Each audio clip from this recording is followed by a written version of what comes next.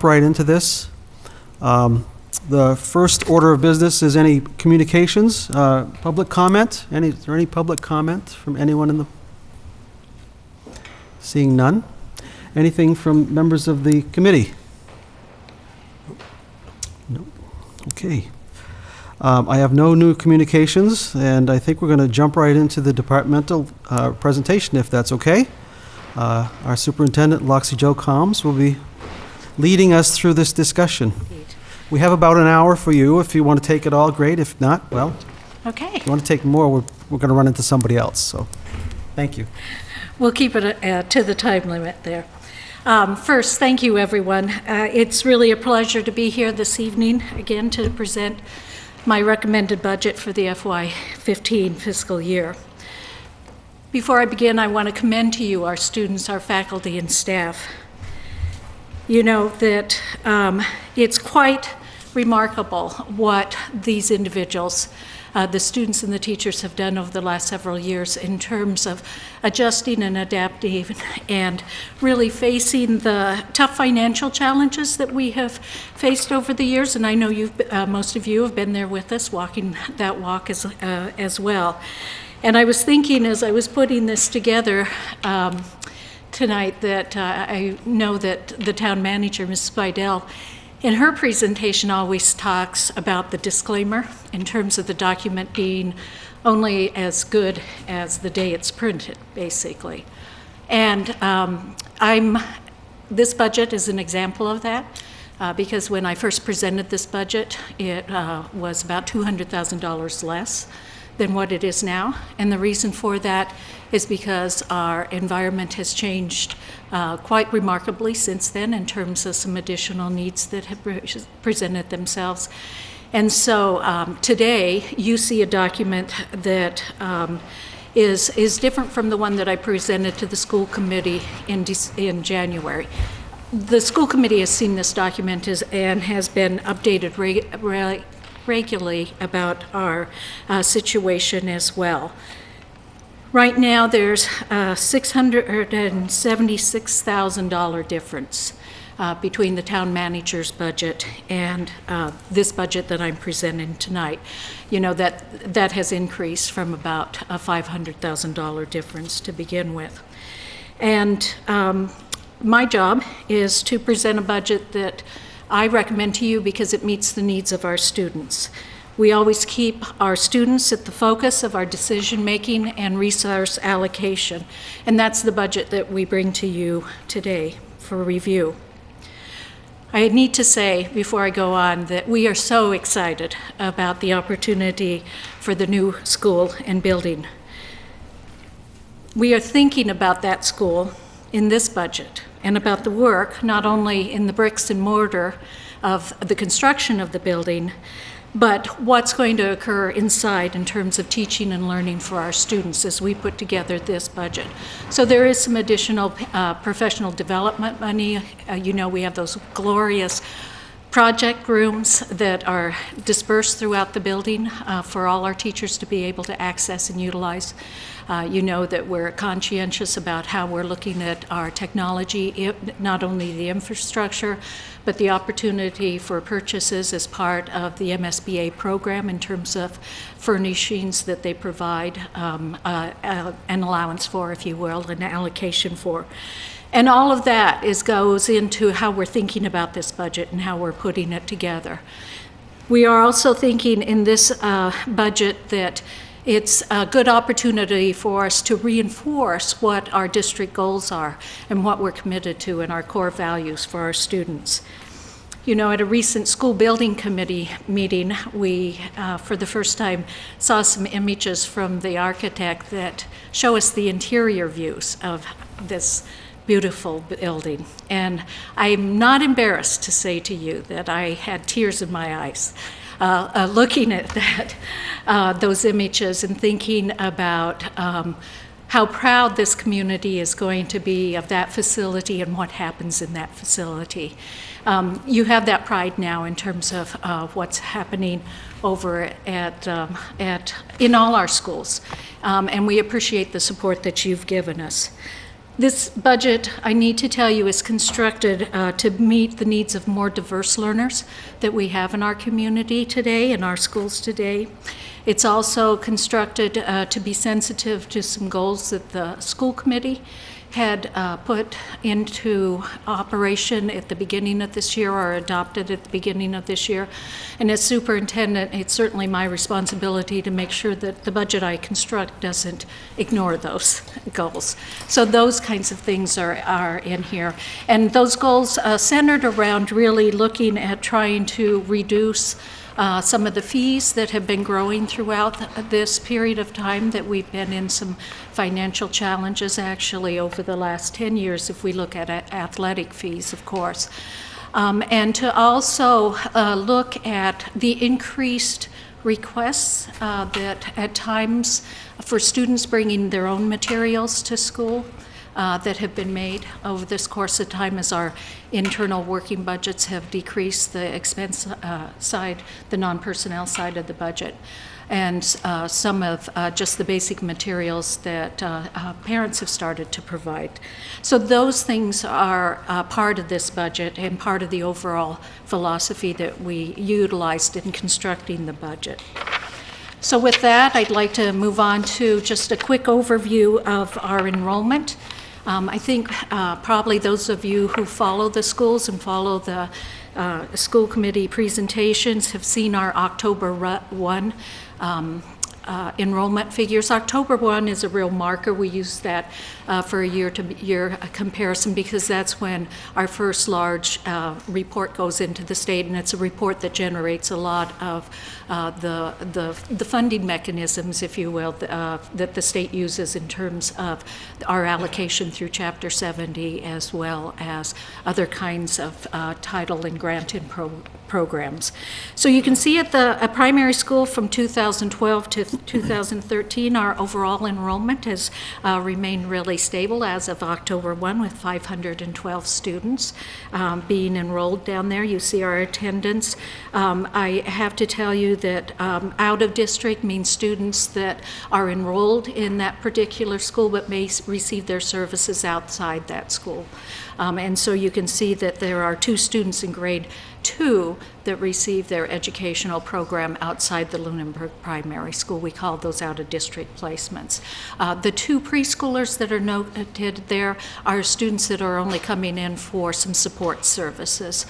So they're not actually placed out of district, that they just don't attend full day. And so that's our way to sort of distinguish the students that are in seats every day versus the students that are enrolled with us but maybe attending another place or attending a short period of time. Our class size at the primary school, and this is something that has changed over time as we've taken into account lower enrollments and also financial constraints. Primary school class sizes, each one of those grade levels with the exception of the preschool has 5 teachers each. So if you do the math, you'll find out that there are 22 to 26 students in every one of the classrooms at the primary schools, kindergarten through 3rd grade at this particular time, depending upon the grade level. Similarly, at Turkey Hill Middle School, you see that population has decreased very slightly, maybe 10 students overall, and we have 5 students that are placed out of district that are aligned with grades 4 through 7 as well. So there are 481 students on October 1st in seats there at Turkey Hill Middle School and 5 placed out. Turkey Hill Middle School's class size is a little larger. The average class sizes there are a little larger than the primary school. Those class sizes are 23 to 26, depending on the grade level. So that's our average class sizes there at Turkey Hill Middle School. I have a summary of the enrollment for grades 8 through 12, and also some students who stay with us post-graduation with a certificate and finishing out some aspects of their educational program. You can see that currently on October 1, we had 579 students attending Lunenburg High School in grades 8 through 12. and 17 students aligned with those grade levels were placed out of district. There are 26 students in October that were placed out of district. There are now 28 students that have been placed out of district, and I'll talk a little bit about that a little later. At LHS, we've seen similar class sizes relative to most of our core instructional periods, range from 20 to 25 students per class. Our AP classes and elective classes can range anywhere, particularly the electives on the upper ends are 30s. Our AP classes range 10 to 12 typically. Elective classes range 10 up to 30. Our larger classes, such as band and chorus, of course, will have 60 to 80 students in them. So that gives you an idea of the enrollment and the average class sizes across the district as well. Many years ago, one document that a member of the Finance Committee always was interested in having us generate for them was with regard to our staffing in the various categories of employees. FTE stands for full-time equivalent, so the reason that we don't really have only half people, we just have people that work half-time or less than that. So as you can see, the wonderful and talented Sandra Curley, who's our business manager and HR person there in the district. I told her that 2 decimal places was far enough to take it out, that 4 was too much. But I need to compliment Ms. Curley. And also Carrie Cooper, who's our data management specialist, Liz Peterson, who's my new assistant there after Mary Landy left us around December to take another position. But I really appreciate the work that those individuals do in helping me create all this information to share with you and bring the numbers to you so you can look at it. So you can see our history in terms of in each one of our employment categories and the reductions that we've made since fiscal year 09 to the present. When we total them all up, you can see that we've reduced 40.66 staff members. That includes 12.74 teachers, and 20.95 paraprofessionals have been reduced across the district over this course of time. The maintenance and custodial positions have reduced from 15 down to 11 at the current time. You know that this was part of a planned and purposeful way to close a gap 2 years ago by consolidating buildings, and many of these positions were eliminated at that particular time. We face not quite as large a gap as we did then. I believe the gap at that point in time was 1.2, 1.4 million that we were looking at. This year, though, is a significant gap for us as well as we look at this, just simply because we truly are running out of options in terms of trying to manage this and still keep programs and services going for students. Once again, our thanks to all the teachers for the really great efforts that they've put into the larger class sizes, and yet the focus that they continue to demonstrate in a very, very changing environment based upon the demands and the various initiatives that we are facing currently with initiatives that are part of the Race to the Top, a federal program, as well as a state embrace program. During that same period of time that we saw that reduction of 40.66 positions, we decreased 140 students. So, we did have a declining enrollment during that time as well. We are always looking for the efficiencies in our operations. John Londa is just a master at energy saving and looking for grants and other ways to make sure that our buildings are as efficient as possible. That's hard in some of the old buildings, but also making sure that we're setting timings on things and reducing the heat in order to, this never-ending winter that we seem to have. One of the things that we're going to do during April break is completely shut down 2 of the buildings just to conserve as much energy as we can, because we are facing and have been working on taking care of some overages that we're going to have that are projected for our heating costs this year.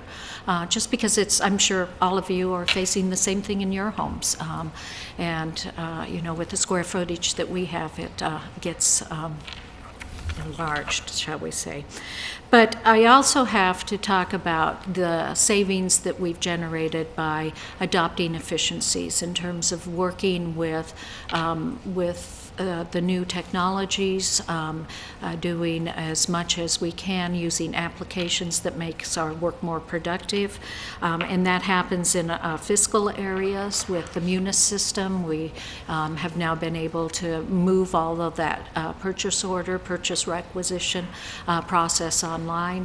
That's a big time savings. It increases our efficiency in our offices. Our Student Information Center system continues to provide a source not only for keeping the information, but also communication tools with parents. Parents have opportunities to look at things like what their lunch balances are, and also being able to get insights into the students' grades and report cards and lessons. And so it really opens up a lot of opportunities for communication between teachers and students. And of course, we've taken advantage of free kinds of applications for our website, as well as be moving into the social media world and using Facebook as well as Twitter, just to make sure that we're communicating and sharing out all the great things that are going on, all the important information that parents need to know, and keeping our community aware of what's going on in the schools. Next year, this budget does contain funding that would allow us to purchase an application that would take the data entry portion that our building secretaries, as well as Ms. Cooper, has to do in terms of new enrollments or updating enrollments into a system that parents could access. It would be a secure system, but it would interface with our Pearson Power School student information system, so parents wouldn't have to fill out those forms with a pencil on the paper, and we wouldn't have to try to figure out what it was they wrote on those forms. And so we're excited about that opportunity. We've been looking at this program for a couple years now. I keep waiting for the price to go down. It hasn't gone down that much, but it really, as we cost it out in terms of the return on investment, is a 5-year kind of a return for us. I think a more important part of this system, though, is the accuracy of the information that we have. I still, on some snow days, will get calls from people that live in Marlboro and say, I don't know why I got a call from your district. Well, they got a call from our district because somewhere in the database is the wrong number. So, but anyway, those are the kinds of things that help us and help our community, help our students and parents as well. I want to also remind you that the steps that we've taken to create a cafeteria program that's self-funding and self-sustaining, our extended day program that is self-sustaining and still offers that important after-school and before-school care to students in our community for their parents, and doing that at an exceptionally reasonable price still, a price that we haven't increased for over 4 years now in terms of the hourly cost. We've started a new program there that provides some opportunities for early learning instruction for students during the school day. Those students are usually 3 and 4 years of age. They're pre-school students, pre-kindergarten students.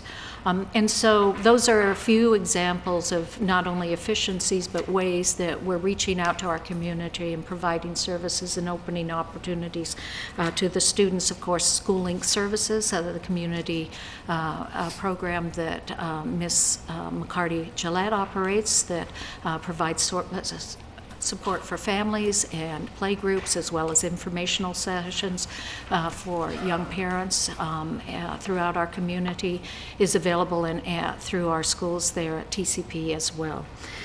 The greenhouse program and the horticulture program is now a self-supporting program in terms of the assistant that works in the greenhouse to take care of those extra things that come up with having plants and those kinds of activities.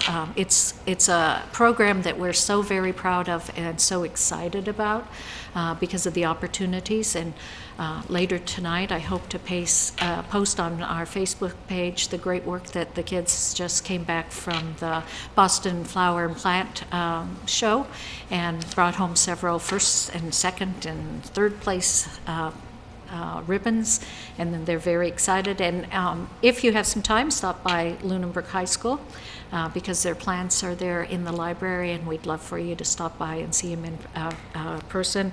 Many of these categories that the students work on are taking stems or cuttings off of plants and then nurturing them in and shaping them and sending in a pairs group, and it's quite remarkable and very fascinating and always fun to see the work that the students are doing, and in the process they learn a lot about botany and biology while they're doing it. So look for those to come. And if we go on to another one of our school choice trends in enrollment, I think there's been a lot of discussion, particularly at our finance committee meetings, where we've talked about how we've gone from being a district that has more students coming in than going out.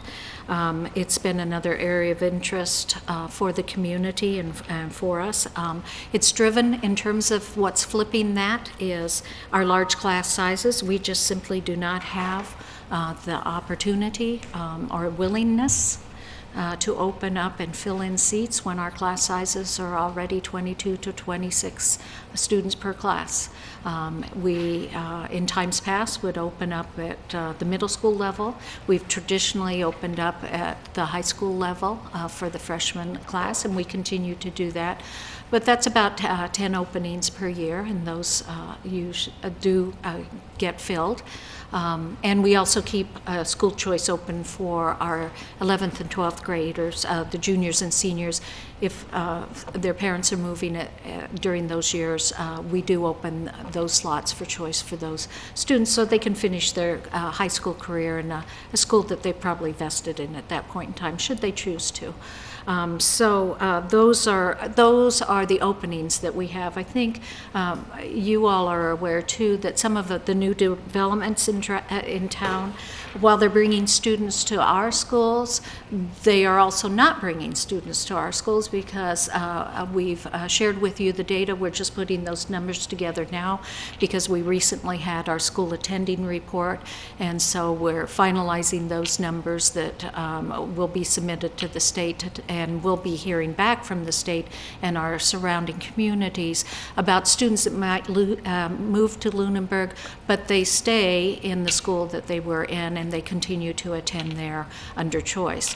Or they're in a charter school and they move to Lunenburg and they still attend a charter school or a private school. So while we've had increased enrollment through our developments, we've also seen an increase in our choice numbers, choicing out for those students whose circumstances warrant that they are either staying for family reasons or convenience, or because they're choosing to for other reasons as well. So those are the kinds of things that are impacting those choice numbers, and we have seen that reversal of trend. When I do the budget report for budget hearing on April 2nd is when that's going to happen. We'll have more details around that, around our two larger developments, which would be the Tri-Town as well as Emerald Place developments. We'll report out on them.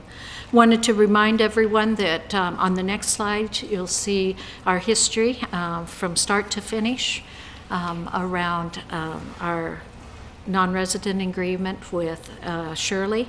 You can see that there are still currently 7 students at our high school who are attending, who are Shirley residents, and are attending under agreement that we entered into with Shirley prior to the time of their regionalization, or at the time of their regionalization with AIR, that provided the opportunity for siblings of Lunenburg High School students who at that time of their regionalization were attending Lunenburg High School. Their brother or sister that was in, say, the middle school grades could attend Lunenburg High School as well, because some of those students, of course, were seniors as their younger sibling might have been entering 9th grade year. So that we do have still 7 students. You see next year that'll drop down to 5, and the following year 2, and then that agreement will be totally exhausted at that point in time.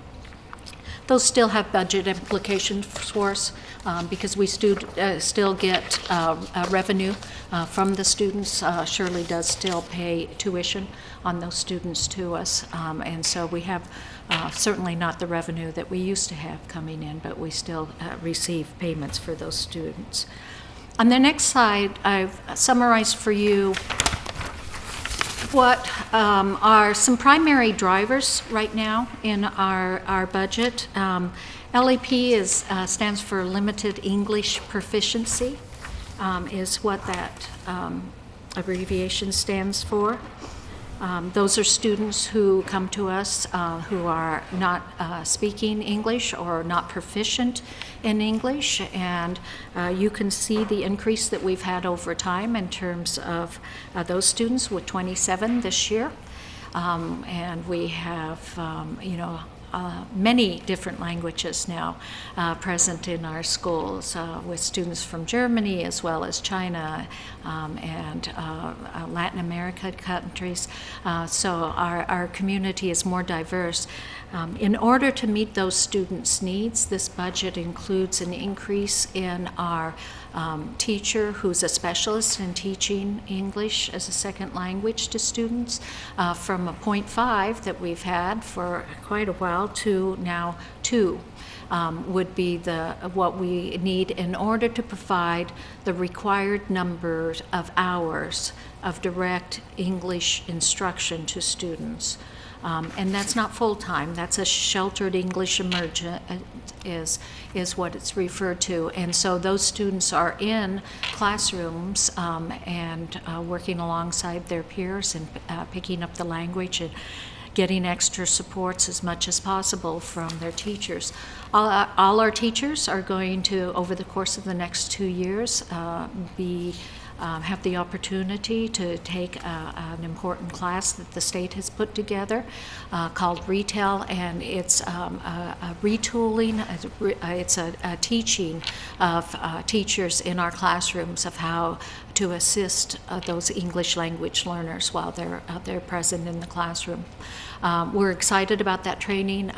It was done in response to a federal civil rights suit against the state of Massachusetts, where they were concerned about this population and really felt that our teachers needed more support and training in order to meet the needs of these students. And we've seen for the last couple years the development of that, and it certainly is professional development that does what we always embrace here in terms of working with special population is provide opportunities for us to utilize skills that also help because of what we're learning about instruction and learning all our students. So even though I highlight the numbers around our special education students as well as limited English proficient students, it's always been our primary goal is to make sure that those services are benefiting not only those students, but through our inclusionary practices, that those benefits are shared by all the students in the classroom, and we have clear evidence of how that works. It's why we were so focused upon making sure that we had a special educator at every grade level to make sure that our inclusionary practices stayed strong. You can see the numbers with regard to our special services population, and those are students on individualized education plans, students identified with disabilities. You see our Title I numbers. Title I services are provided to students who may need some additional supports in either reading or mathematics. Those are provided only at the primary or Turkey Hill Middle School, are the grade levels that are provided there, those kinds of supports through that Title I grant. And it's based upon students' academic needs and performance in the classroom.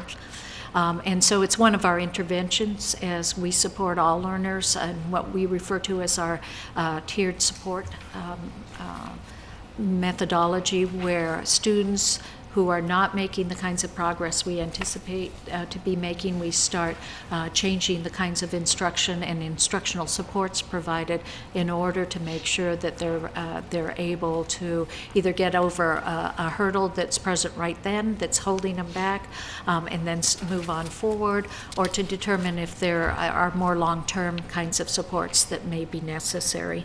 And it's another area that our staff and our principals have focused a lot of work, a lot of professional development, and a lot of time is spent really thinking deeply about students' needs and what's going to make a difference in terms of areas where they're having academic learning difficulties, as well as social and behavioral.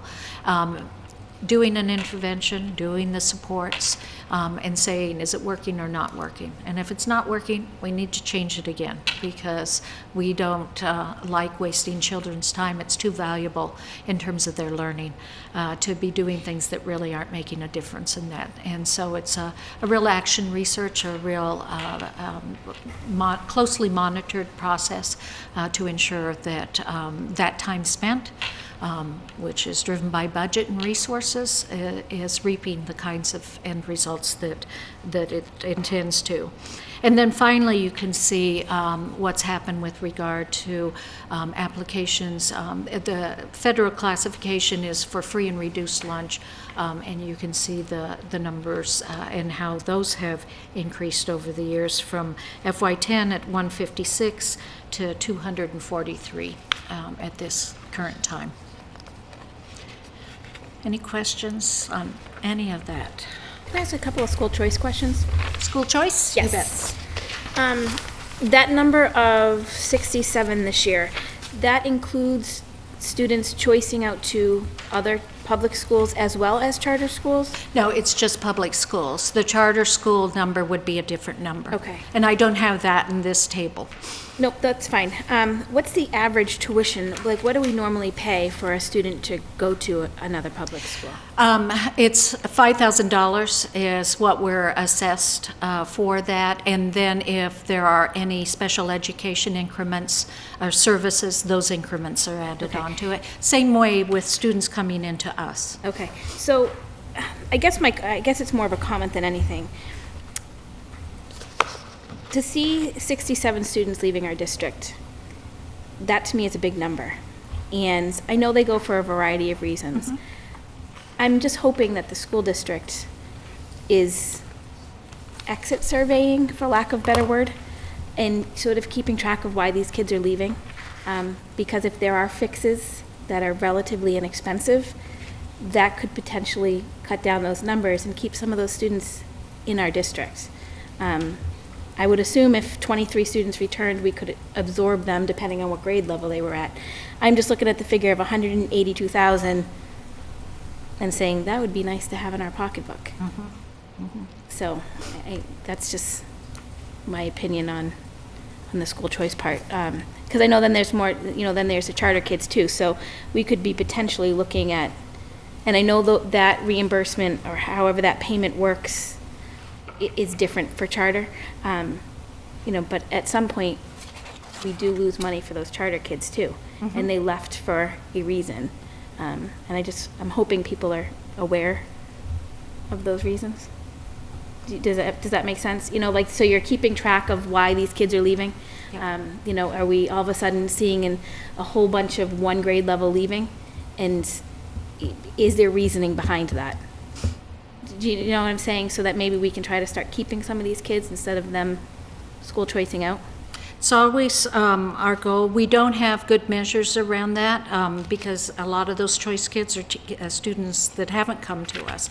If you look at back over the years, you can see as early as 2004, 52 students. We saw 37 the following year. It is interesting, and the larger numbers of late seem to be more connected with just not coming to us. But we still do have students exiting. We have a sense of why those students are exiting at times. Sometimes it's family circumstances, and it's sometimes because they are dissatisfied with something that's happened in our schools or what we're not providing. The charter schools are pretty clear in terms of the kinds of really differentiated programs that they're offering if you look at the particular charter schools that are there. But it is one of our goals, and I would agree that we always don't want to wanna be lose them, responsive to that. Yep. If we don't have to lose them, it keeps it in Right. our community. It keeps them as, you know, it just makes them a member of, feel connected to the town. And with that, hopefully comes a little respect for what we offer to the people that live here. And they respect our property, you know. They can walk on our schools and have respect for what we have versus being school choiced out and feeling like they have no connection here. So, okay, thank you. Any other questions about? I just had a question regarding clarifying the school choice numbers. Are the Shirley numbers included in the school choice numbers, or no? No, they're separate because it's a separate agreement. And okay. Thank you. Is the town compensated at a fairly close amount as compared to school choice, or is the town compensated at a much lower level for those Shirley students? Oh, that we get to negotiate that one, so we did a bit, you know, it's at higher rate. It's over 8,500 right now per student. I have two questions, Lexi. Number one, on the personnel part of the budget, your recommendation is to increase by 4.8%. How many people, how many full-time equivalents to, what increase in full-time equivalents does that represent? Sure, I'll get Excuse to me, it. yeah, Sure. we haven't gotten to the budget discussion yet. We're really talking Oh, about really? these questions here. I think, Yep. I Okay. want to keep these Sure. questions to what we've seen so far. We'll ask questions further along Okay. as we get there. I Sure. think, is that okay? Are there Absolutely. any other questions about what we've seen so far? I actually have one or two. Okay. We have 39 students in the preschool. How many teachers is that, and is that totally fee-based, partially fee-based, or what is the situation? There are two full-time teachers associated with our preschool, and it is not, it's provided at no cost to students with disabilities, and there is a tuition for other students that join us in that program, which are roughly about 50% of most of the classes. So about 50/50 on the, okay. Thank you.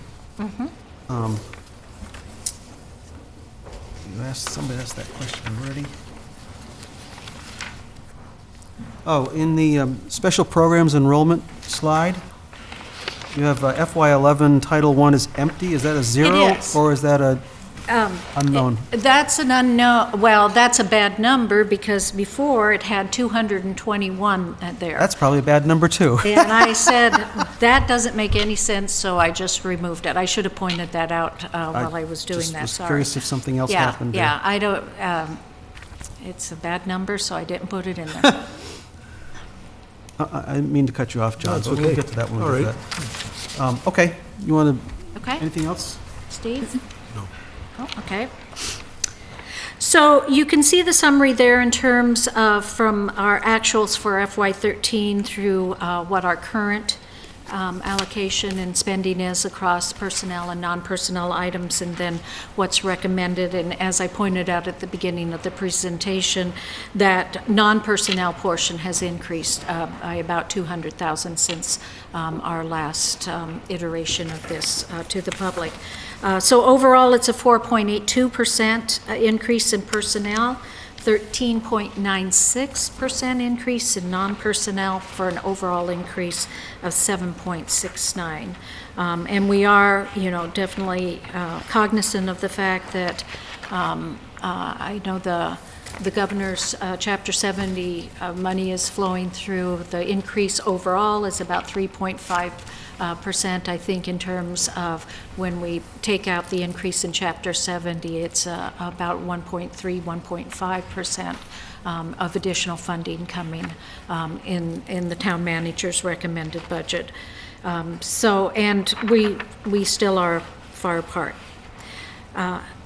What's driving those numbers, if I may, on the next slide, and I think, John, this will answer your questions.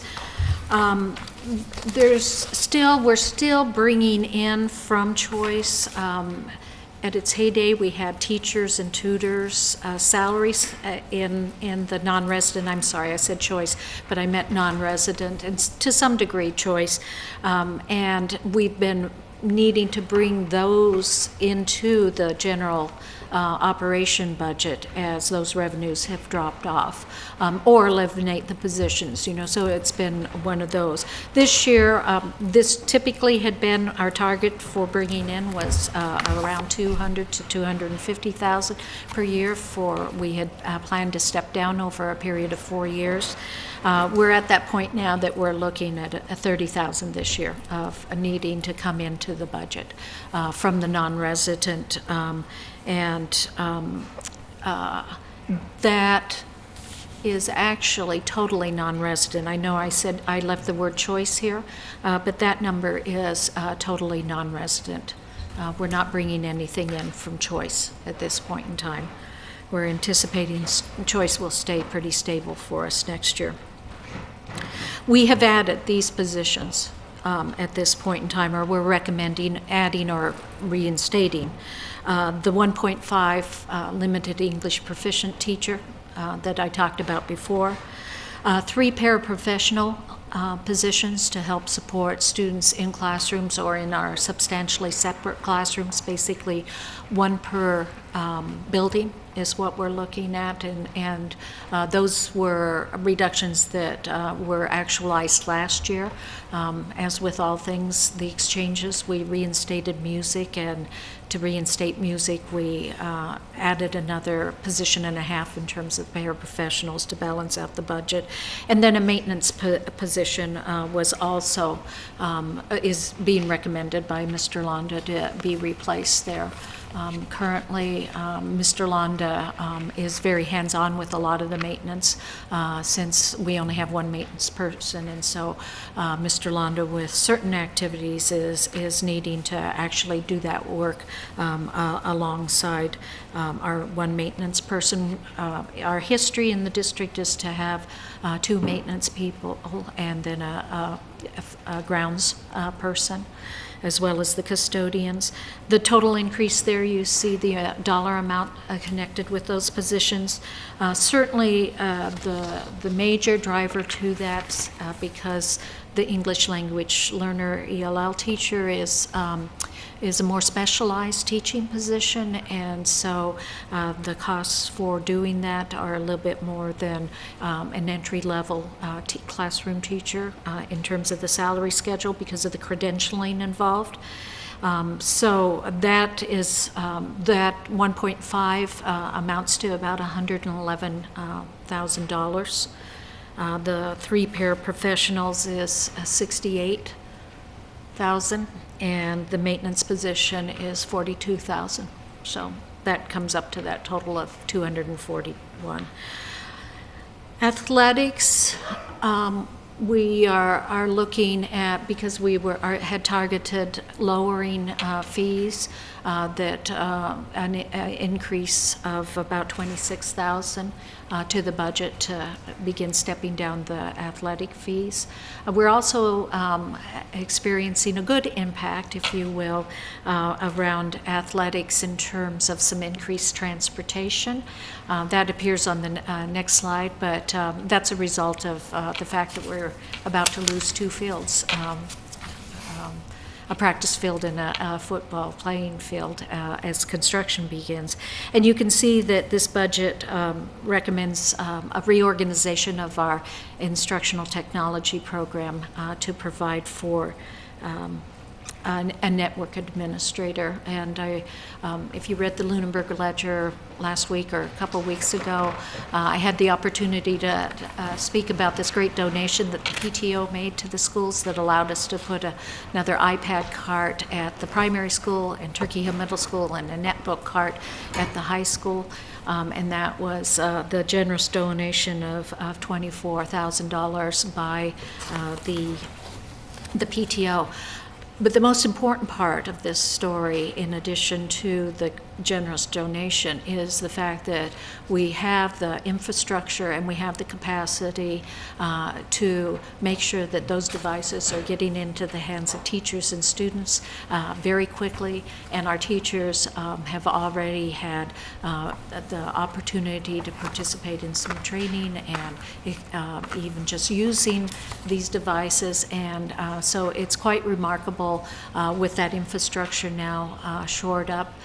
For the most part, you know, the technology always gives you hiccups, but what we're able to do and what a difference it's making for both our operations in terms of general operations, but for our students' instructional program. And finally, our non-personnel drivers, they're on the next slide, which is the final slide, which is good because it's 7:48 according to my clock.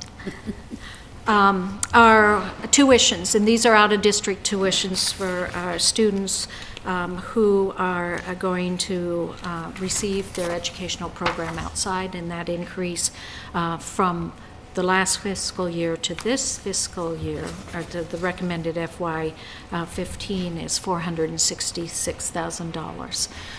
In effect, that will amount to, in total next year, we're projecting a $2.2 million.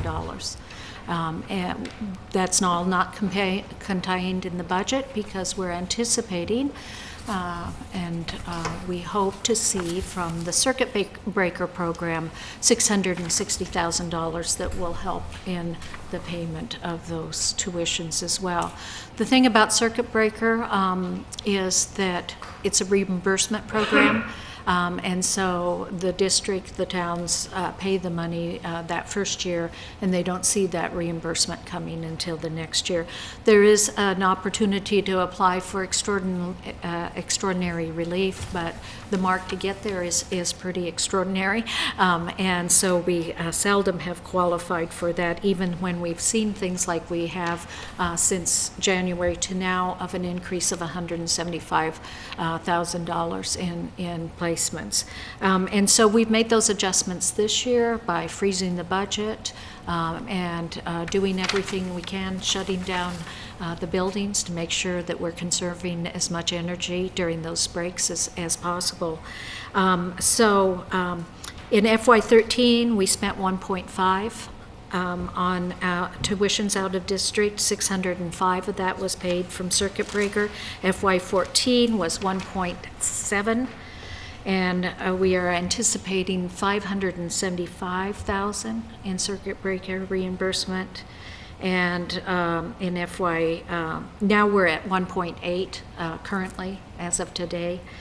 And we are anticipating spending, as I said, 2.2 with hopefully at 75% reimbursement, about $660,000 in reimbursement. And you saw the numbers. We are now at 28. We were in October at 26. We had anticipated starting the year with 21 students placed out of district. In the last 3 years, we've had 8 students move into our community that required specialized placements. And so those are just some of the numbers behind the number that I wanted to share with you. So I also wanted to point out that while transportation, you see this increase there. Last year I was talking to you about special education transportation being projected at 94K increase. It's only 20K this year, and one of the reasons for that is we've worked diligently to really look at negotiating and going out and quoting these routes and combining them whenever possible. We found a very strong and good partner in Vanpool in terms of working with us on this, and it's resulted in quite a savings overall in terms of the special education transportation. But this transportation number for an increase includes 31,000 of fees. Once again, one of the goals of the school committee was to eliminate those fees that had been instituted at some point in time. And that's the amount that we've seen the last 2 years per year in terms of collecting fees. And then also our goal was to decrease the amount of supplies that students are having to bring themselves, and also be responsive to some rather marginal kinds of funding, trying to get some curriculum materials back into the budget. So that accounts to about $101,000. So overall, those things total up to about $708,000 in terms of the difference, and that whopping 13.96% increase. So that's the school department budget, and on this last portion, if there's additional questions I can respond to, I'd be happy to do it. I'd like to call on John first.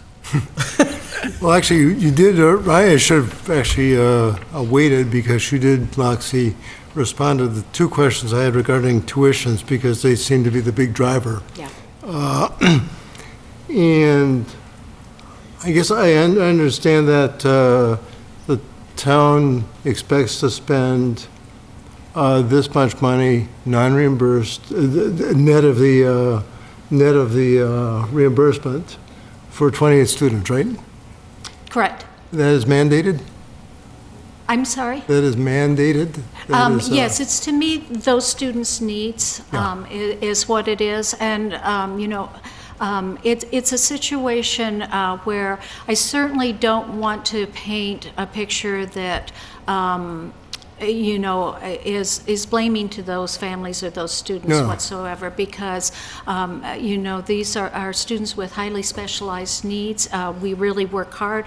Our enrollment in our substantially separate classes here has grown, continued to grow. Our staff are really doing a wonderful job working with students with some substantial needs here as well. It's always our goal to provide those opportunities here. We want to make sure that we're meeting those students' needs and keeping everyone safe. And so those are the things that result in these placements. So, and the services can be expensive, for sure. Yeah. Thank you for asking that question. Any other questions from the committee? Wow. I think I have none either, so Okay. thank you very much. I appreciate Thank you all. all your efforts. Appreciate being able to talk to you about the budget, and come join us on April 2nd. I'll have some more charts and Charts and graphs.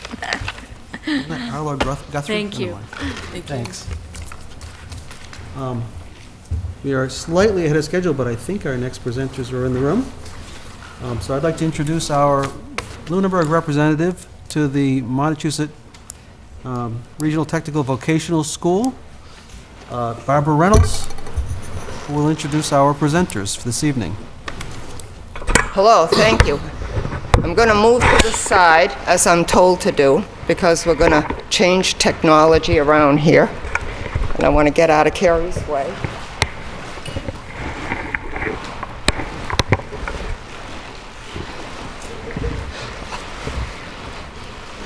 Along with me today is Stephen Sherrick, the Superintendent Director of Monty Tech, and Tammy LaJoy, the Business Manager, and both of them are going to give you a wonderful presentation. And first of all, I want to thank Loxie, who's just scooted out the door, for a great presentation on our 1,591 students in Lunenburg. And I'm so proud to also represent, I think it's 71 students of Lunenburg that go to Monty Tech. I'm going to pass the baton over to Steve here. Mr. Sheriff. Thank you very much, Mrs. Reynolds. Thank you first very much for inviting us here tonight. Happy to come back to Lunenburg and tell you what your tax dollars are getting at Monty Tech. I'm going to start with some of the non-fiscal things that have transpired at the school for the past year. Just give you some highlights. You're going to get a pass out if you haven't got it yet from Tammy. Tammy, have you passed that out yet? Okay. Let me just start by telling you some of the things that we've accomplished during the past year. First, we have achieved student MCAS scores which are equal to or surpass those of most of the school districts in the region, and certainly surpass the state average. We secured student awards in a host of competitions, including Skills USA, which is the national competition for vocational students in the United States. And for the second time in just the past 3 years, Monty Tech, Little Monty Tech in north central Massachusetts, has a national officer in Skills USA, which is a student organization nationwide of about 350 to 375,000 students. This year we have the national secretary. 2 years ago we had the national president from Monty Tech. Another thing that you'd be interested in knowing as fiscal leaders in your community is we have just wound down a $10.7 million project at our school, and we did it without bonding. We did it through performance contracting. We had a company called Train come in and suggest a series of measures that we could take to improve the way we heat and the way we light. We have replaced our roof, roughly $2 million, replaced our roof, replaced about 40 of our 45 rooftop units which cool and heat the school. We have installed a new boiler system with brand new high performance boilers. We have renovated our lighting system throughout the school, and again, this is going to be paid for through energy savings. We've received, I think, $507,000 in utility rebates from Unitil because of these improvements, and we will pay this off over a 16-year period through a long-term lease. But you're not going to see that in increased assessments. That's going to be just included within our budget. $10.7 million of capital improvements. We also, using our student and faculty labor, upgraded our library, or I should say, restored our library. It was pretty much dormant for the past 4 years. We put it back to life. We upgraded 2 science laboratories with the help of a $248,000 Massachusetts Life Sciences grant. So we have 2 new, brand new 21st century libraries. For the first time ever, we have started advanced placement courses at Monty Tech. We just started small. We had 2 English courses. We've also started a new dual enrollment course in biotechnology with the help of Mount Wachusett Community College. So those are some of the accomplishments over the past year that I'm very happy to tell you about. Now I want to tell you about some of the things that we're hoping to accomplish at our next budget. First and foremost, we have to correct an error in last year's budget. And we communicated with your town manager soon after our budget was passed last year, letting her know and letting your town know that the figures upon which our budget was based were wrong. They were the governor's first numbers. And as you recall, he was banking on a $1 billion plus tax package. And with that $1 billion tax package, he was going to reduce all the communities that were over their target share. That is, the communities that the state thinks were paying too much for education, reduce them 100%. You're one of those communities. when the budget actually got through the legislature, through the compromise budget, it was a 15% reduction rather than 100% reduction. So in this budget, we are giving credit to those communities that paid too much last year and assessing a little bit from last year to those who paid too little. Tammy will give you some details on that. That was the first thing. Second, we want to increase our literacy efforts at the school. We'll be adding a literacy coach to implement the multiple federal and state initiatives along the lines of increasing reading capacity. We want to hire a half-time guidance counselor for our freshmen. Right now, we have roughly 370 to 380 freshmen and one guidance counselor. And the parents and teachers of freshmen are those most desirous of service, so we're going to give this person some assistance. We also, as the Lunenburg Public Schools and other school districts across Massachusetts, are required to implement a new educator evaluation system. And those of you who have been in schools, I'm not sure if any of you were, but you'll remember the old way that evaluations were done.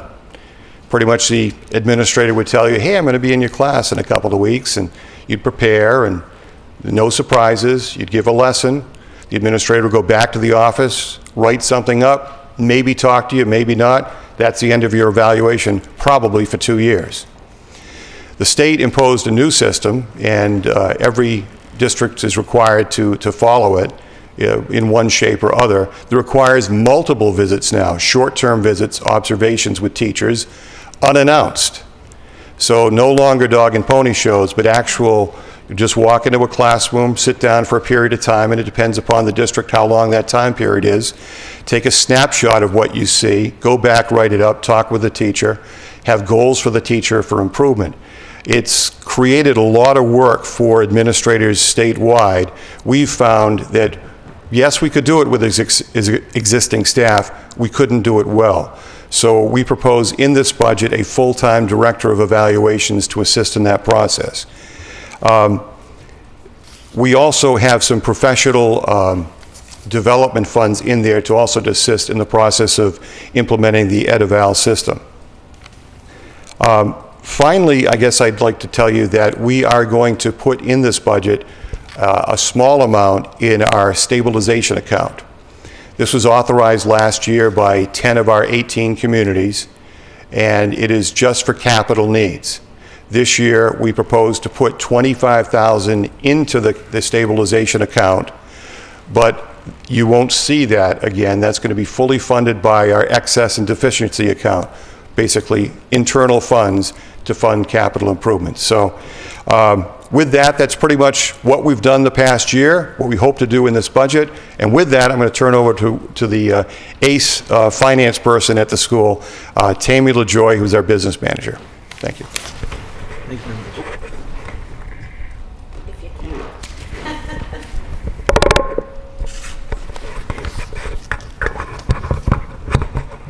Thank you. Okay. Yep. Can you hear me okay? As long as it's aimed at your mouth, you're fine. Okay.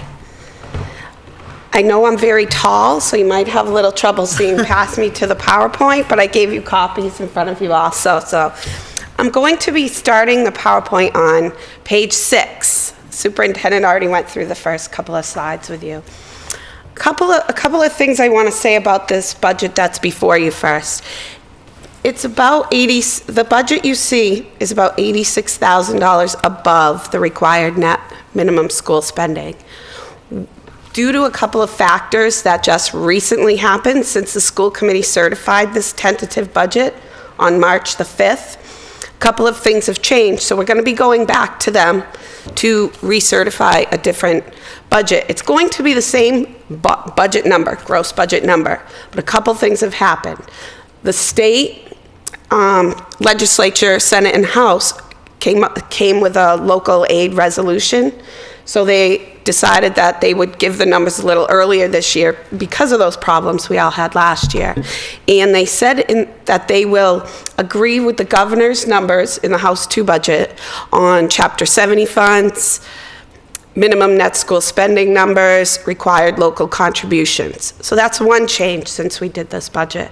The second is, I budgeted a 5% increase for our transportation of pupils, which is outside of net school spending. We opened our bids last week. They came in at a 7% increase for pure numbers. But then, looking at our projected enrollment as of this September 1st, we had to, at least in the bid, budget for 2 more additional buses because of the makeup of the students in the different towns. And at least to start with, we have to bid for all the students to have a seat on the bus.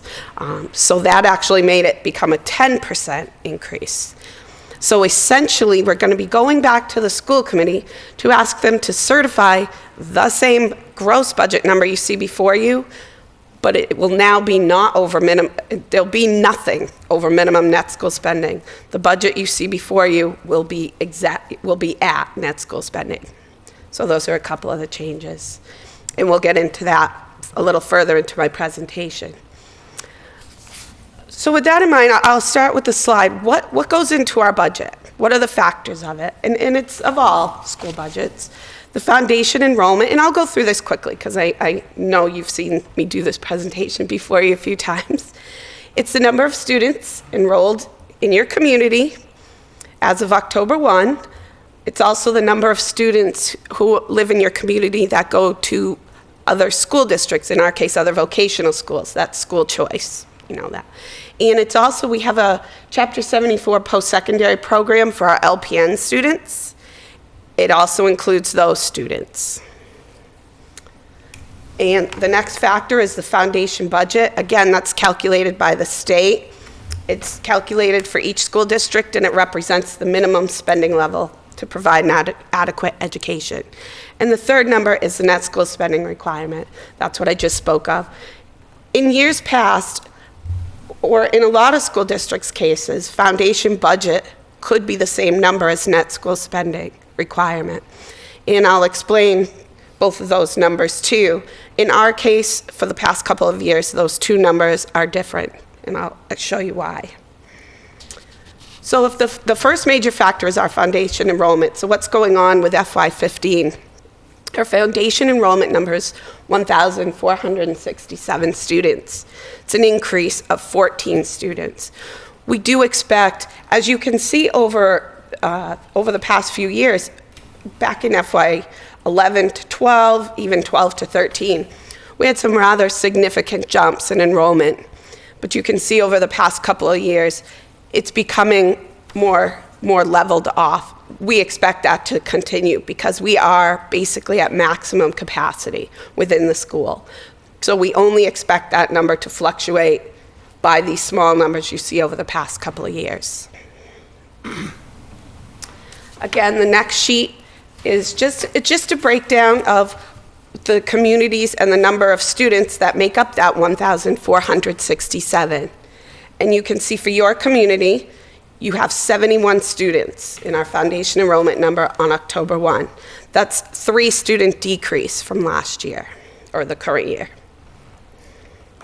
What is the foundation budget? Because this is the biggie. This is what goes into the major portion of your budget. It's the formula, again, that the state comes up with, calculates, and it's what they consider the minimum spending level to provide an adequate education. They look at 11 functional areas, and we'll talk about those on the next screen. They adjust it yearly to reflect your enrollment in your school, student demographics, and inflation factors. Our foundation budget for this year is $15,063.59 per pupil. That's an increase from FY14, which we had $14,896. How we determine our total foundation budget is simply by taking that $15,000 figure, multiplying it by the 1,467 students, and that gives you the $22,098,279, which is our foundation budget. Again, in past, that would be our net school spending requirement, but it's different. Our net school spending requirement is different this year. Again, we'll talk to that. And you can see Lunenburg has 71 students, Multiplying that out by the foundation enrollment number, the portion of our $22 million foundation budget that's attributed to Lunenburg is $1,069,515. What goes into the foundation budget? Because you just saw Lunenburg Public Schools presentation before you, and it wasn't that number.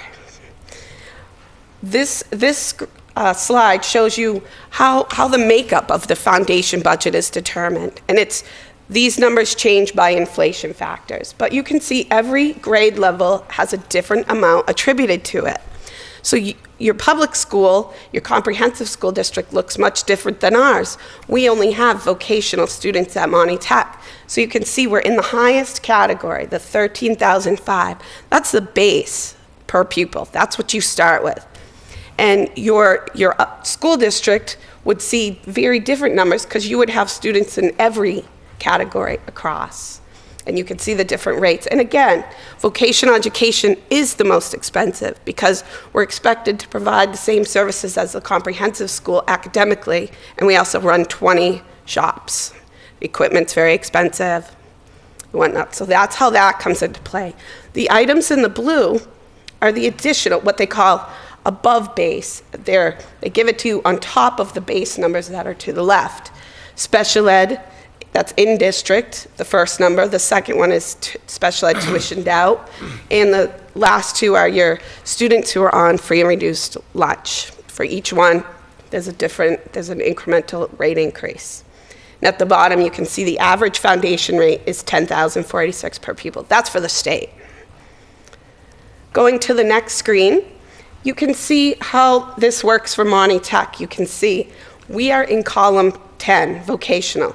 If you look at Lunenburg Public, you would see numbers, I would fair to guess, in every column going across. So you have students in all the grade levels. Each line going down is how they factor out the foundation budget for those 11 functional categories. And if you've heard from your Mass Association of Superintendents or school committees, you often hear that the foundation budget is not adequately funded. They say it's not enough. There's some disparities there.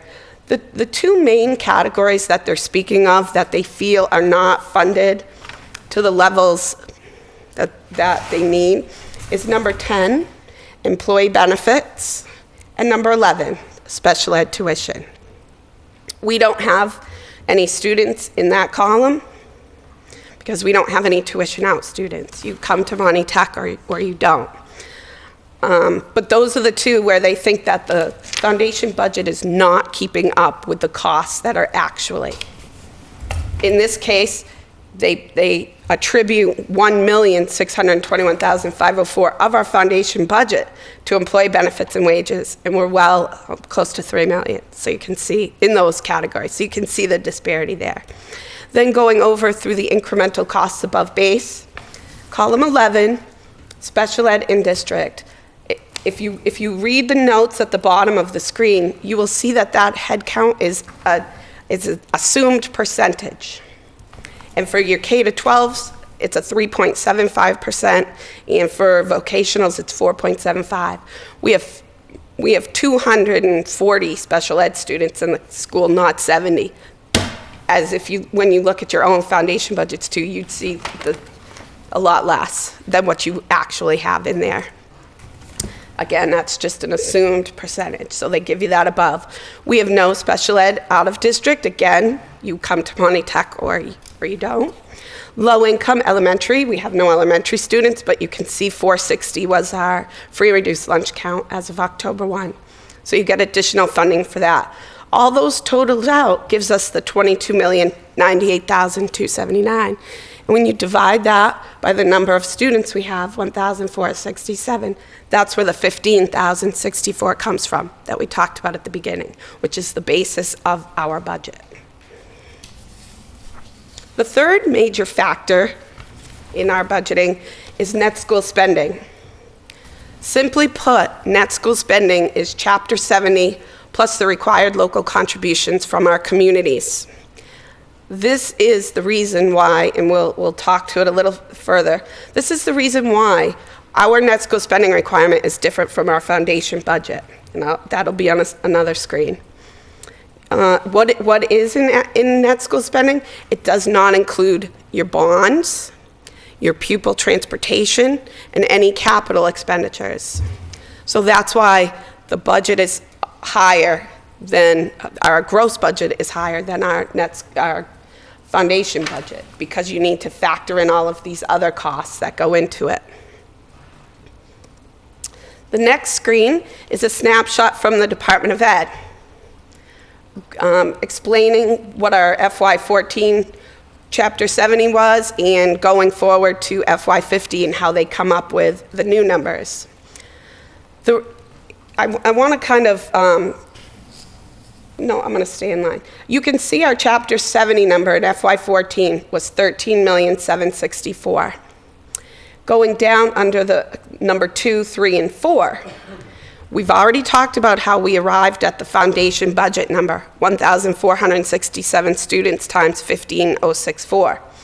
The required district contribution, again, we'll get into detail about how they do that. That's another calculation based on your ability to pay according to the Department of Education. If you subtract the two numbers, it comes up with number 4, foundation aid, which is what our Chapter 70 number should be this year based upon those two numbers. Well, we were already getting more Chapter 70 in FY14 than what they would project for us in 15. They are not cutting any school district's Chapter 70. Unless you have a decrease in enrollment or reasons that you would, we have an increase. So they are doing what they call holding districts harmless. So they're keeping our Chapter 70 exactly where it was in FY14, the 13,764. And to that, we are getting the minimum aid that they have said they would give to every school district, $25 per pupil.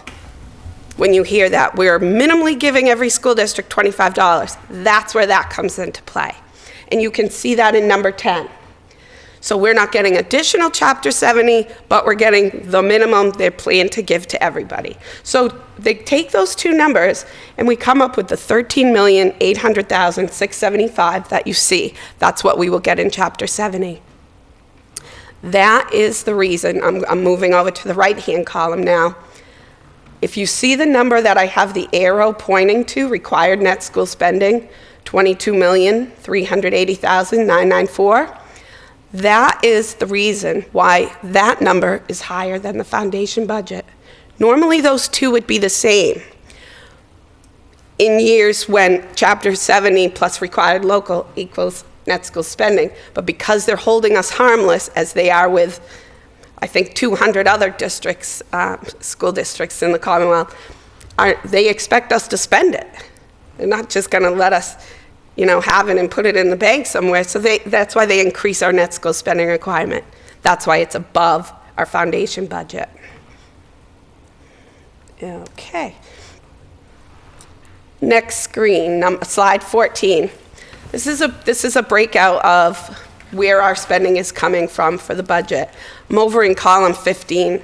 Net school spending requirement, $22,380,994. We just saw that on the previous screen.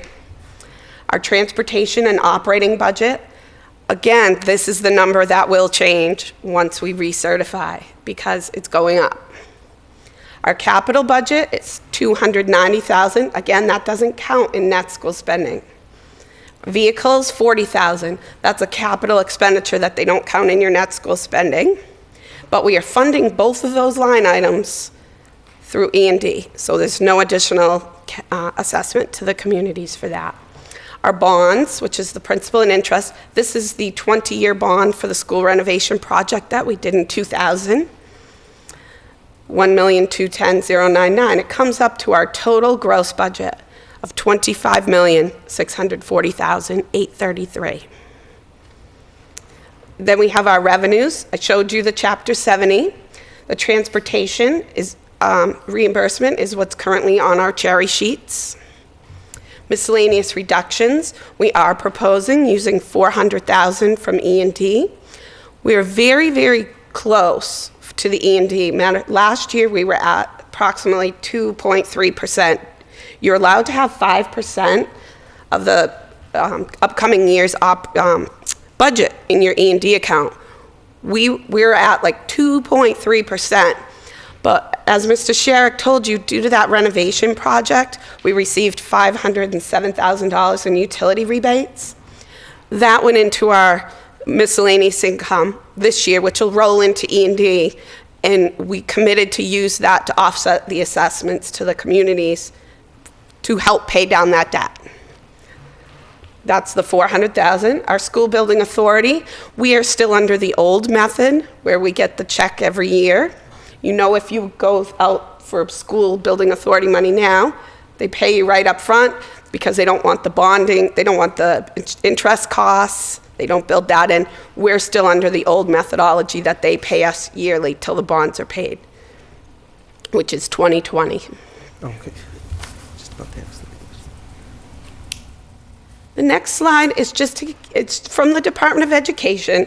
It's a little informational slide about where school districts throughout the state are with their net school spending requirements. In fiscal 14, we're projected to be at 99.5% of our net school spending requirement. We're proposing in FY 15, with the current budget you have in front of you, it's 100.3. Once we revamp it with the school committee and change it around, it's going to be at 100. You can see where we fall in the state. We're in the, I call bottom third. You can see the numbers of schools that are in each of those categories.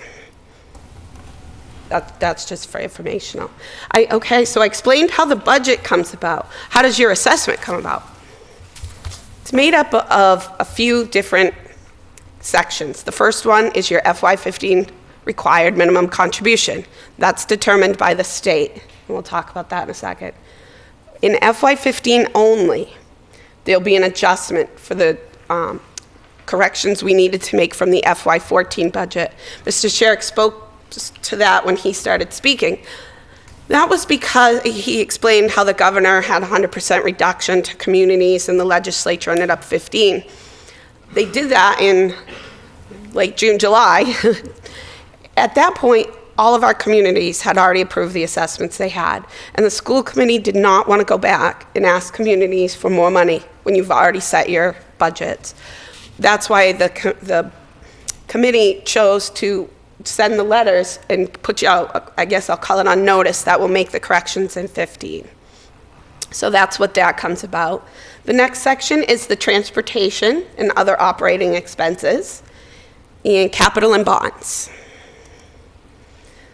Slide 17 is a little snapshot of how the state determines what their methodology is for how they start coming up with the required contributions from the communities. They start with the statewide foundation budget. So that's every single school district's foundation budget. Ours is the $22 million piece in there, but they put everybody's together. They want the local contributions to be 59% of it, and the state aid to be 41% of it. So they break that out and come up with the two numbers.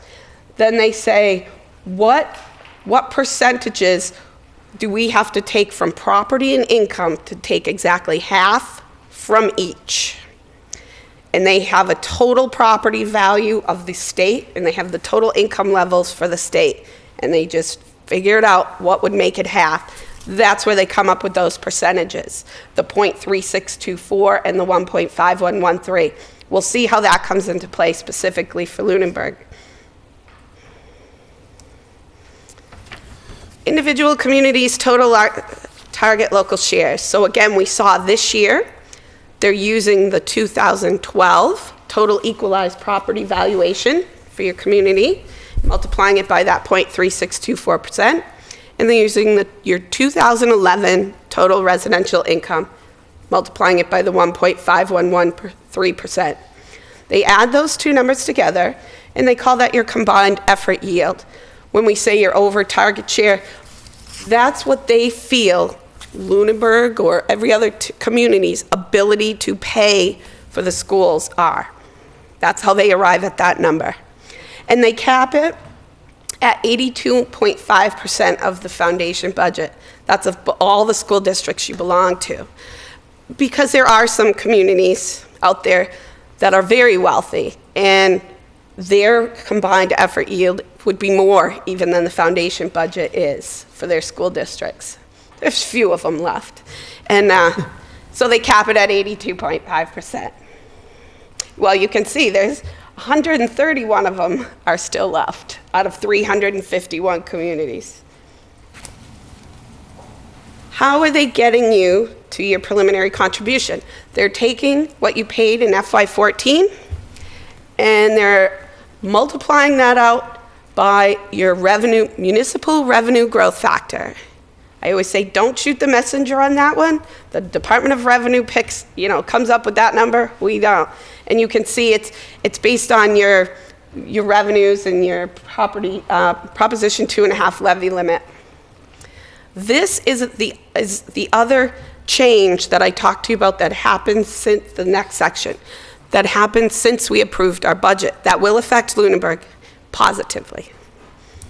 The governor's budget, the House 2, he lowered those communities that were paying above their target share. He proposed lowering by 50%. So if you were overpaying what your target share was by $100, he proposed they would subtract $50 off of that, off of what they consider you could pay. Because this is what affected us last year when we went with his numbers of 100%, and the legislature ultimately only approved a 15% reduction. We chose, you can see it's really bold here, we chose to assume that there would only end up being a 25% reduction to those communities. So that being said, we only took $25 off of that 100 for your required minimum. Now when we work with our committee, we'll go back and say, okay, we can take the $50 off because the House and state both agreed that they're going to stick with those. So that's how it'll benefit you, and we'll talk about that in a sec. And the communities that are below, they're still incrementally increasing them up to get to their target share. Putting into numbers, what I kind of just said in a mouthful, you can see for Lunenburg, for FY14, your required minimum contribution was $714,845. Your required minimum for FY15, $688,739. It's a decrease of $26,106. Slide 21. This is the meat and potatoes of how we get to your required local contribution. Over to the left, exactly everything we just talked about. Your equalized property valuation times the percentage we talked about comes up with number 3, what they consider your local effort from property wealth, the $4 million number. Next section, the income they said they would use, the percentage they apply to it, your local effort from income, $5 million. Combine those two numbers together, your combined effort yield is $9,508,511. Number 8, foundation budget FY15. That is both Monty Tech and Lunenburg Public Schools added together. They take every school district you're a member of and add the foundation budgets up. That's attributed to your community. The maximum, again, if you were way over the top, the maximum they would have you pay is they would cap it at 82.5% of that, or $13 million. For number 10, for your target local contribution, they take the lesser of 9 and 7. So that's where the $9 million comes from. Going over to number 13, they start with your required local contributions that you paid in FY14, which is that $10 million. They apply the municipal revenue growth factor that we just spoke of. So they're saying Lunenburg is 4.27% is your growth factor. It comes up with a preliminary FY15 contribution of $10.5 million. Going to 17 through 20, this is really what we've been talking about with if you're over. Lunenburg's excess local effort is $1,072,942. So they consider you above your target share. You're paying more towards the foundation budgets of your school systems than you should be. This is where the difference between our assumptions and the governor's numbers come into play. Number 18, we assumed, as I told you, the 25% reduction. That comes to the 268, but we will go back in with the governor's at 50, and that'll change how this looks. So that gives you required minimum on number 19 for FY15 to the school districts, $10,313,218. Going to the next slide, you see how that gets proportioned out. FY1 through 4 is what happened in FY14. The bottom half, 5 through 10, is what's going on in FY15. So you can see from number 5 that 10,313,218, that's the number we just came up with on the previous page. They take the foundation budget for both school systems in your portion of the foundation budget for each school system. So you'll recall from Monty Tech how they arrive at that 1,069,000 is 15,063.59 times 71 students. That's how we come up with that number. They do the same on the Lunenburg side for their, whatever their foundation budget number is, times those 1627. They come up with what percentage each school district represents of the total foundation budget, and they apportion it out. They apportion out the 10,313,000. So you can see Monty Tech represents 6.68%. And that's how they apportion out to the 688,739, which is a change from 14 to 15 of minus 26,106. One caveat to keep in mind with that is the state thinks we assessed you for your minimum contribution, 714,845. We did not, because we did not increase your required local contribution in FY14. We chose to save it till 15.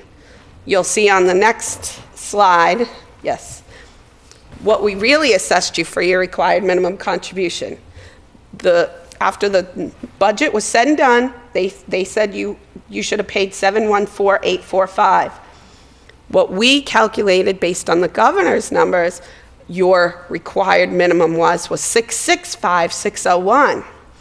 If you look over to the right-hand column that says FY 2014 approved assessment, your whole assessment, which included your transportation, your bonds, and everything, didn't even come up to what they wanted us to assess you for minimum.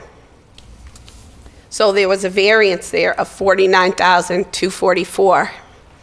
So that you will see in your FY15 numbers, and I broke the two out so you can distinctly see where they are.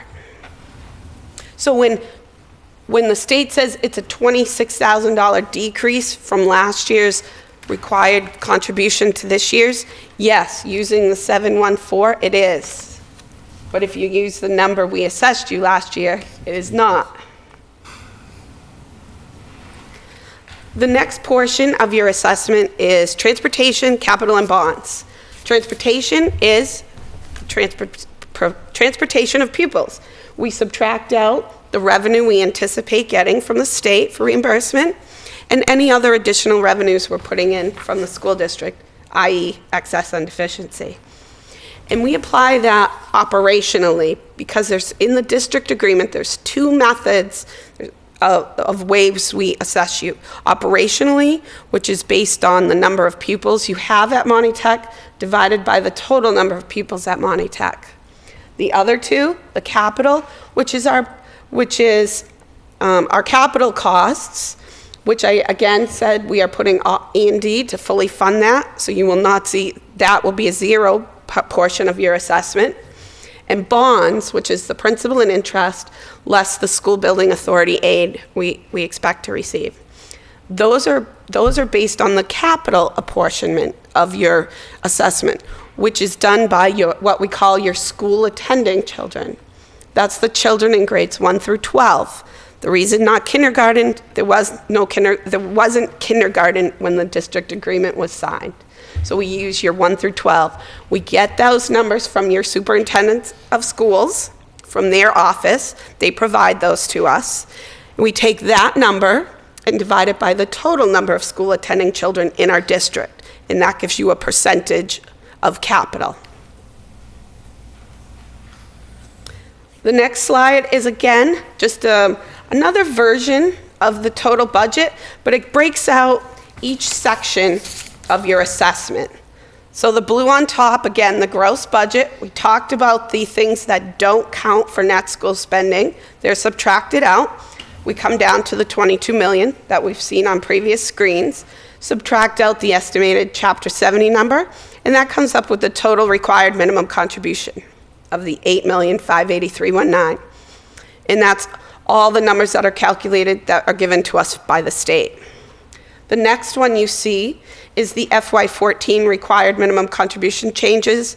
For us, that was a net increase of $205,397. So essentially, what that change did to us for this year's budget is it put us below, because we run right at net school spending, it put us below where we chose not to go back to the communities. That's why we're projected to be at about 99.5% of our 100% spending. So we're correcting it in 15. The transportation and other, subtract out the transportation aid, the E&D that we're putting towards that. So the apportionment that will go to the communities, the number is 473,862. That's the number that will allocate out to each community. You can see the capital, 290,000, and we're using E&D to offset that completely. Bonds, less the school building authority aid, and the 261,886 is the number that will get allocated out to the communities. So again, the next screen just shows you your foundation enrollment, which is the basis, and your school attending children numbers, which is the basis, again, of our assessments, of the percentages we come up with. So you are 71 pupils out of the 1,467, and you are 1,618 out of the 24,753.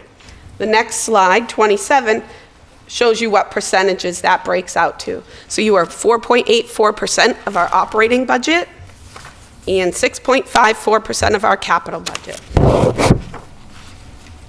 The next slide, 28, breaks down into numbers everything I just went through. You can see your foundation budget. That starts with 15,064 times 71. The next number, 688,739. That's the required minimum contribution that we saw, the spreadsheet of how that's calculated.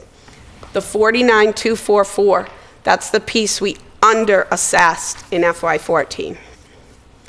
Transportation is your apportionment of that 473,862. Again, no capital assessment.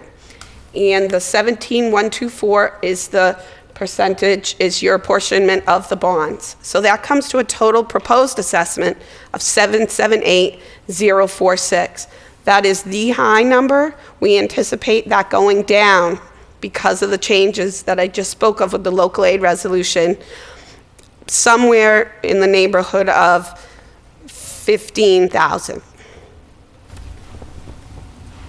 The next screen is just a comparison from fiscal 14 to 15, and I break out the categories for you so it's a quick at-a-glance look so you can see where the changes are in your assessment from year to year. So you can see that the major piece of your $69,000 increase comes through the required minimum change and the FY14 required minimum change, because your transportation and your bonds went down because your enrollment dropped a little bit, as you would expect those to go down. So that's a snapshot for you there. The next two slides, because so often people compare our spending with their comprehensive school districts and they look very different. I like to put these slides out to show you where we compare to the other vocational schools in the state. So you can see this is FY12, the first slide.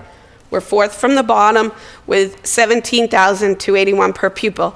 This counts all funds. That's why it looks different than the 15,064. That's your foundation budget. This is across all funds.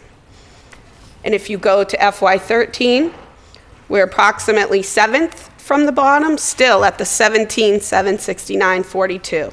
So I'd just like to give you that for reference points to where we are with the rest of the schools in the state. So in summary, our foundation budget increased by 14, our foundation enrollment, foundation budget, you can see the numbers there. I guess the most important thing I'll leave with is that we will be going back and changing these numbers based on the local aid resolution. We have to have our budget ready and approved by the March meeting because we have our first town meeting is April 1st. So that's why we go so early. That's Harvard.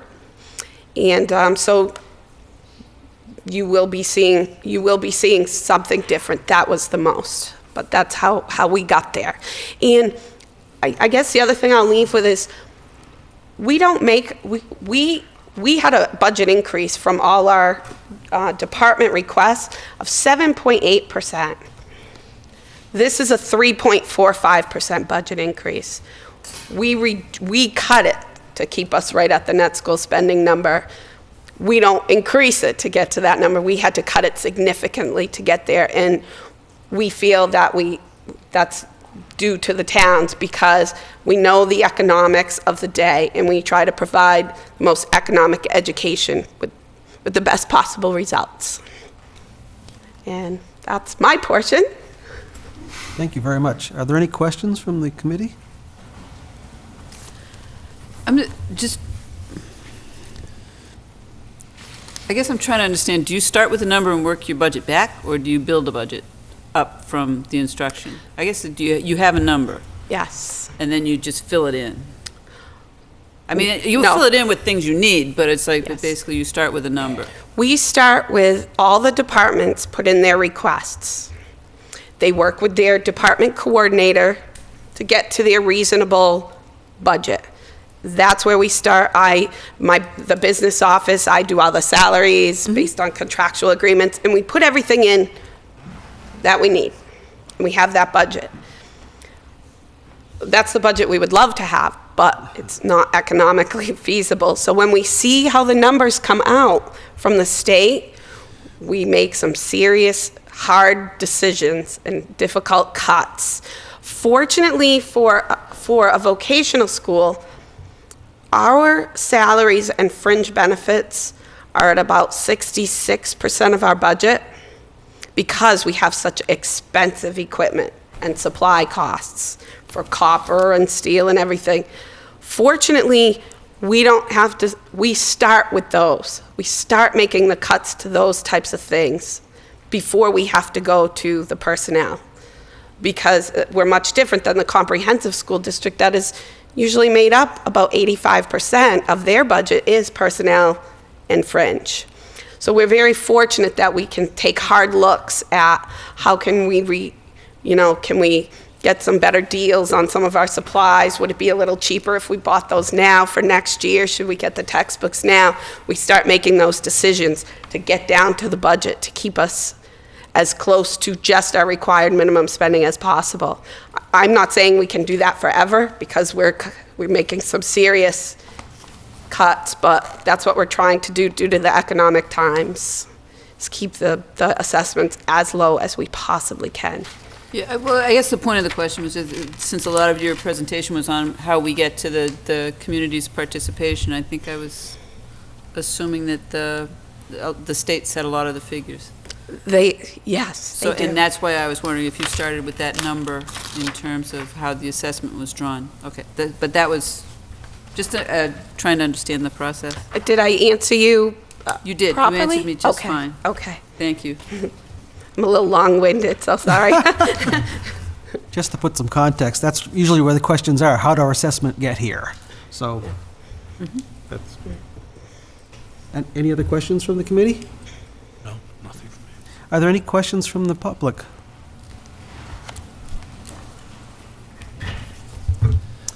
Great job as usual. Oh, thank It's you. very difficult. There's a lot of stuff to go into it, and clearly you know your stuff. Thank you very much. And I know some of it. Yes, you do. This committee is very knowledgeable, yes, yes. Okay. All right, well, Thank thank you. you very And, much. oh, and you expect that the new budget numbers will be coming out before April 1st, so that's plenty of time for our purposes. The chairman of our financial planning committee is Mrs. Reynolds. But I believe, so We don't have a meeting again until the first Monday in April, or the second Monday, first, and the school committee meeting is not until April the 9th, which would be the earliest we could, get their approval of a new budget, so. I just do want to add this. The information you got tonight from me and from Ms. LaJoy is hot off the press. The legislature literally last Wednesday or Thursday adopted this joint budget resolution, and thank goodness they did. For districts like us that have 18 cities and towns, some of which have town meetings or city council meetings late in June, and some, like Harvard, early in April, it's very important for us to get this detailed information as soon as possible. So we're very grateful to the state legislative delegation that lobbied to get these numbers early for us. It's very helpful. And I want to add something which really has nothing to do with vocational budgets. But when I was listening to Loxie make her presentation, and there was a question from this gentleman about special education costs, I want to put something in context for you, which really doesn't affect me, but affects traditional school districts throughout Massachusetts. And it's really a problem that we as a commonwealth, as a group of people, have to solve. And that is the enormous cost of special education. And I don't want you to get this wrong. My late sister, Lisa, was a Down syndrome, profoundly retarded, never spoke a word in her life, and graduated from Dartmouth High School in a special class of 3 kids. So I understand the need for special education. But those costs need to be spread across the Commonwealth. It is not fair for the Lunenburg Public Schools to have to absorb the cost of a student who perhaps even crossed the street, move from one community to the next, and comes to your town and now says, I need to have a outplacement because I have such special needs. And it costs you $100,000 or $150,000 or $200,000 in some cases to pay for that child. That really needs to be a burden shared by everyone in the Commonwealth. So, you as municipal officials, I would urge you to look into a bill filed by your state rep, Benson, which would allow municipal school districts, such as the Lunenburg Public Schools, to create a special education stabilization account to allow those districts to kind of ease the pain. Because a circuit breaker, while it's well-intentioned, doesn't solve the problem. There's a number that you have to exceed first to even be eligible, and then the state only pays back maybe 75% of that next year. So the money has to be all put up front and then reimbursed, some of it, next year. So, look into that bill, and if you are like the leaders at my school, we endorsed that bill and sent out notifications to our state reps and state senators. We've got to solve this problem because it creates enormous difficulties for the Lunenburgs, Fitchburgs, and Gardners of the world. Again, kids don't come to my school to be outplaced at some place in West Springfield for $200,000, but they may indeed move to Lunenburg and have serious behavioral or psychiatric problems that require sometimes one-on-one, 24-hour-a-day coverage, sometimes 2-on-1 or 3-on-1. We've got to solve that problem as a community. So that's my just little nugget of maybe perhaps wisdom, and I hope you join in and support Representative Benson and others that are really trying to do something to solve this problem. And again, I want to thank you on behalf of Monty Tech for inviting us here, and invite us back. Thank you Take very care. much.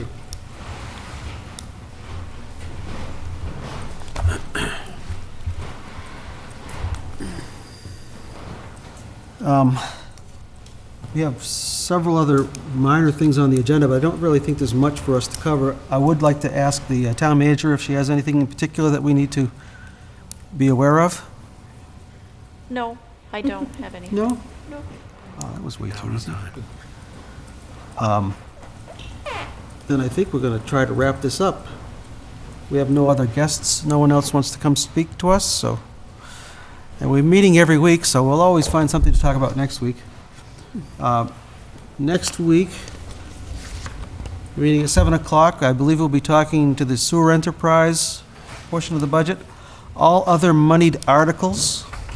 And then at 8 o'clock, we'll be opening our budget public hearing. I invite you all to attend either on the television or here in person. And is there anything else anyone would like to say?